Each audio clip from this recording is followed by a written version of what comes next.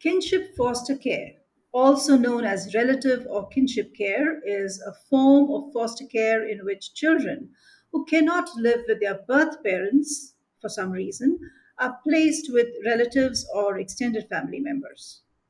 Instead of being placed with unrelated foster parents, children in kinship foster care are placed in the care of family members who have existing familial relationships with them. Hi, I'm Tej, host of Chizuba Talks. We bring you stories of nonprofits and their phenomenal leaders. Through their selflessness, compassion, and relentless pursuit of a better future, they have showed us the power of humanity at its finest. My guest today believes in Mahatma Gandhi's quote of be the change that you wish to see in the world. Welcome to the podcast, Michelle. Thank you. Thank you for having me. Michelle Noe is a wife, a mother, foster mom, school teacher, and of course, founder of Boost, a foster family. Michelle, tell us about how and when you decided to start this foundation. Okay, so I was a teacher for 30 years. And at the very end of my full time teaching career, my husband and I decided to become a foster parent to teenagers. So Mhm. we took in a teenage boy and we had a fabulous experience. And during that process, when we took in the teenager, we learned so much about how hard foster care is. I sat at my kitchen table here with my licensing worker, Jenny Cook, and she said, Michelle, you have to have a certain type of fire extinguisher. You have to have tot locks. You have to have all these things Yeah. on this list, this great big list to pass the inspection. So being kind of a safety conscious person that I am, I already had quite a few things, but it wasn't the right fire extinguisher. It wasn't the right size. I didn't have all the same items. And secretly in my head, I was thinking, why, if you're so desperate for foster families, why aren't you just providing like a little welcome to foster care kit? And Right. so one day, when after we did our little Dave Ramsey plan as a family, and we worked on our finances, we decided we were going to give back to the community. And I called up Jenny Cook, my licensing worker, and I said, Jenny, will you help me give money away to kinship foster families? Because when I was in my classes, I met these amazing kinship families, and they were just all of a sudden for me as a community foster family, I had like a few months to prepare to get, like, each month I would get the fire extinguisher, I get the car seat, I get the bunk beds, I would get whatever I needed on the list. But the Mhm. kinship families, they got, in the middle of the night, they got the call. They might have three kids coming in, and all of a sudden they have to Wow. make that house safe. So that's why we decided that we are going to help the kinship population, because it's so hard to be in foster care. When those kids come into care, they not only lose their mom and dad, they lose often their siblings. And so we really have a passion, and even the states now, we're really trying to place kids in kinship community versus community care, because it's more familiar. It's the same religion usually, it's the same food, familiar faces, usually the same neighborhood, and there's a lot less chance of disruption where the kids have to get split up. So we really want to help those kinship families stay together as a unit. So what we do is we help them buy all the things that they need. So it's not money that's stopping them. Because, for example, the pool fence, we have a lot of pools here in Arizona. It's like $2,000 for a pool fence. And all of a sudden, the grandma has an old house and she can't afford that $2,000 fence. So she has to say no to her kids, and we never want that to happen. We always want that grandparent to take Families. those kids in, not for Yeah. any reason other than, it doesn't work out.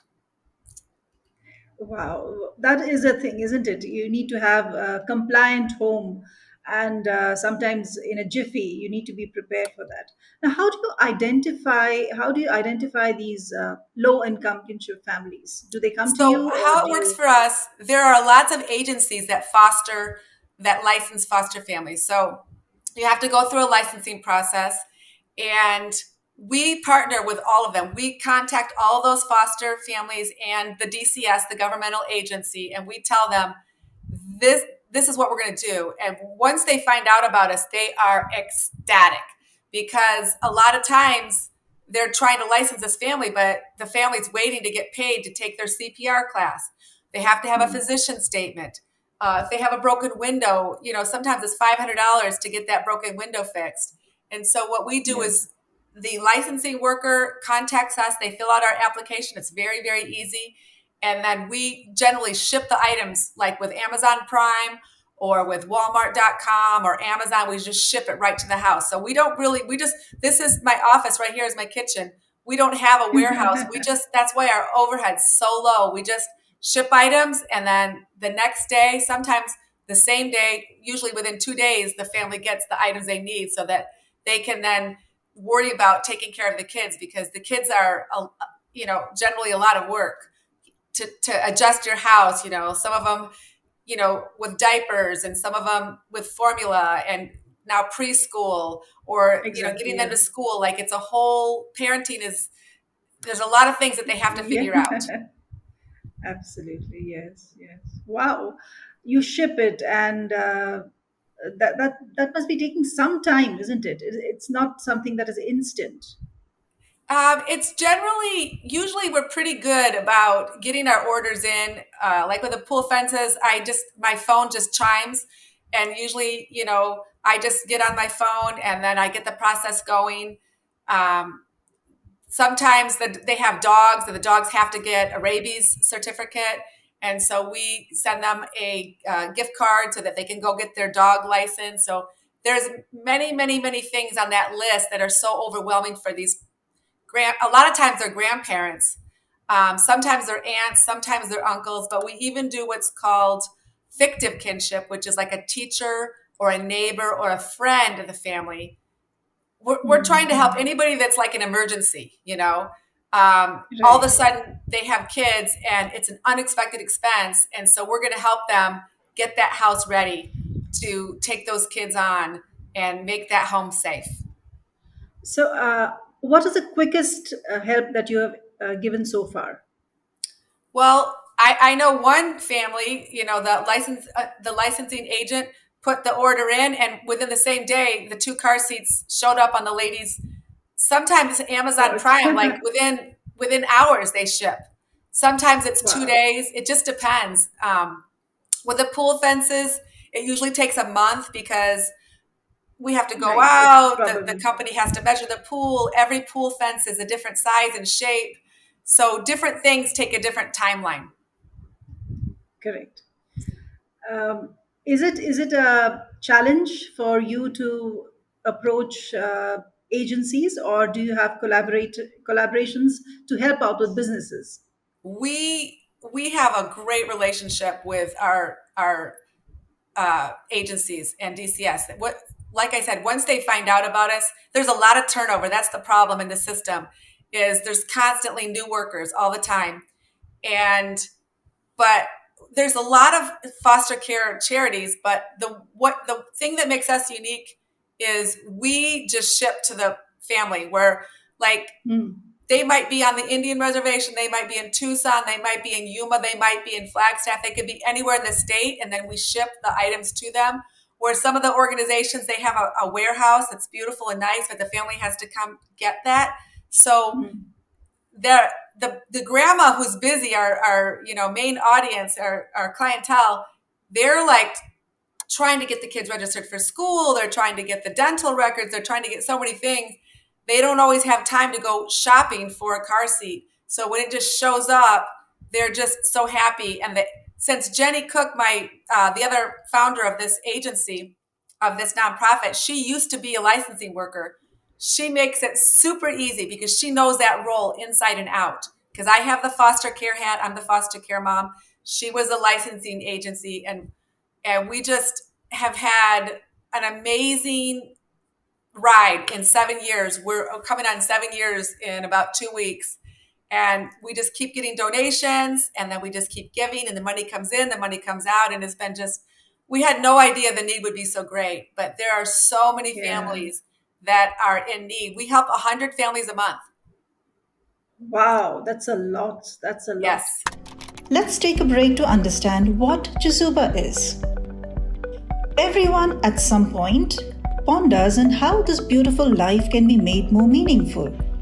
Maybe you're a leader trying to enhance your employees' experience at your organization. Or you already work for the community and seek volunteers with state of the art skills to strengthen your nonprofit. Whatever your situation, know that you can make a difference. Chizuba began with this very vision, a vision to facilitate every skill and every passion in the world in meeting a social need. Corporate volunteering has several benefits for both businesses and organizations. In parallel, experienced and enthusiastic volunteers join NGO workers, enabling them to serve the community more effectively. Chizuba offers everyone looking to add purpose and meaning to their lives a chance to connect or volunteer virtually with nonprofit organizations from over 100 countries around the world. Visit www.chizuba.net and explore opportunities to find meaning. Chizuba, your platform to do good. And now, back with our guest. So it's teamwork makes the dream work. So how close is your team and how big is your team? So basically, we're a team of 5 people. It's a very small team, so we're small but mighty. Um, Mostly we're volunteer, and we just work out of our homes. And we still travel and things like that, but we travel with our phones, and I can place an order, on the phone, and Mhm. we just, we work hard. We're hoping to grow even more so that we can get another. We have a lot of need in Tucson, in the southern Arizona, and so we're hoping to get another person on board. We recently just expanded our board, so we have 5 worker bees, on our board, but now we have 9 other people who we just got on our team to really help us with our circles of influence, to try to help us reach out into the community more, to get the word out more, to help us. So we're super excited. We just got this board. We just had our second meeting, and we're starting to grow. That's awesome. Great to hear that. You also help out with any other kind of help support in terms of is it only in kind donations and resources, or do you also help out with counseling or offering emotional support? We at this time we only help kinship families. We do take some in-kind donations, very little. We have a very small little uh, storage unit, the size of less than a size of a garage, a car, one car garage. Mostly we just buy items and ship. Like for bunk beds, we have a bunk bed partner, and sometimes we'll have the families go pick up the bunk beds because there's no place to store. We buy them in bulk because we get better pricing. So generally, we just, mostly we get money, donations, and then we just turn that money around into whatever they need. Every family has a different list. Sometimes they need a car seat, sometimes they need a fire extinguisher, sometimes they need CPR, so they have to have bath mats. There's just, whatever they need. Sometimes they Mhm. have like electrical outlet that's broken with an electrical cord hanging out. We have to send in a repairman to go in and fix that. So the state comes in and they tell this family, I need this, and this. So then the licensing worker comes to us and say, hey, Booster Foster Family, can you help pay for this? And we just boom, boom, boom, ship it out. Some things take longer. The pool fence takes longer. The rabies is kind of on the family to, they have to make their appointment and get it. So they're getting all their items, and then they also have to take classes, and whatever they need help for financially. If it's a hurdle to the licensing process, we help them. We don't help them with everything. Like if they want toys or backpacks, we stay in our lane. We have a very small lane. Our lane is getting families licensed because our goal is we don't want any kinship family to say no because, oh my gosh, I would have taken them, but I couldn't afford the car seat, or I would have taken them, but my pool is not fenced, and I couldn't take them. So we just take that away, and we pay for half of the pool fence. If they're really have a financial need, we help them find another way to pay for that other half. Right. And all these collaborations are successful? As in, all the kids that join the foster families or the kinship families, are they all No. happy? Do they stay there for a longer time? So generally, statistically, um, they will do better with a family member, with a grandma, grandpa, aunt, uncle, cousin, than with like a complete stranger. Which is why the states really, we're really pushing to try to get kinship families because they have the best chance. But it's also very Mm, hard for those kinship families because maybe it'd be the grandma, but the daughter-in-law has a drug addiction, is now in jail, and that daughter-in-law might blame the foster family grandma. Like there's tension between them. So it's actually a mm, harder relationship. Like for me, I'm a community foster mom. I have a 17-year-old. And so we just, we're strangers, but now we're not. I mean, we've lived together for 3 years, but mm. it can be very complicated with the kinship relationships, but statistically they work better. But do they always work? No, they don't. No. Sometimes Mm, there's problems, and every single case is different. They go to court, they have advocates, they have sometimes a CASA worker, they have a lawyer, and then the state will try to find what is the best situation. But if I always think if they could at least try that first and rule that out, if that doesn't work, then move.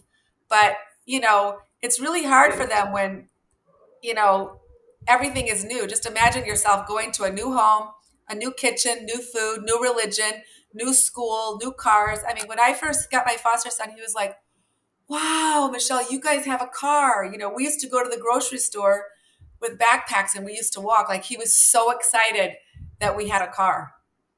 Mm. My question to you is, where you have assisted, suppose you've assisted a family to accommodate foster kids. What if that relationship doesn't work out? What happens to the resources and the money that you have spent on making that family compliant? So that Do does you take happen it back? occasionally. We have maybe spent several $100s to make that family safe. We never take anything back because let's say they get a fire extinguisher, it's still making that home safe for those Yeah. people. Mm. If they're getting a smoke detectors, we're making that home safe.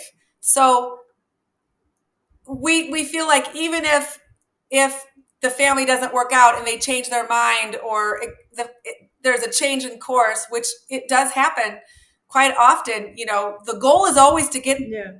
get the child back with the biological parents to reunify, and then sometimes it's Right. just a short temporary stay, and we hope that it's just temporary because we want that family unit to be intact. But if it doesn't and the family gets a pool fence, they keep it, and then that's safe for whoever lives there. It just helps. It doesn't hurt anything to be safe. Yeah. So it just goes to show that you have a very large heart. Thank you. Michelle, on a parting note, tell me, do you want to share something on the podcast? Do you want people to know something about you? Do you require any sort of help which can come to you maybe online? Yeah, so we have a website. It's www.boostafosterfamily.org. We would love to have some, Facebook followers, Instagram followers. We have a newsletter that goes out usually quarterly.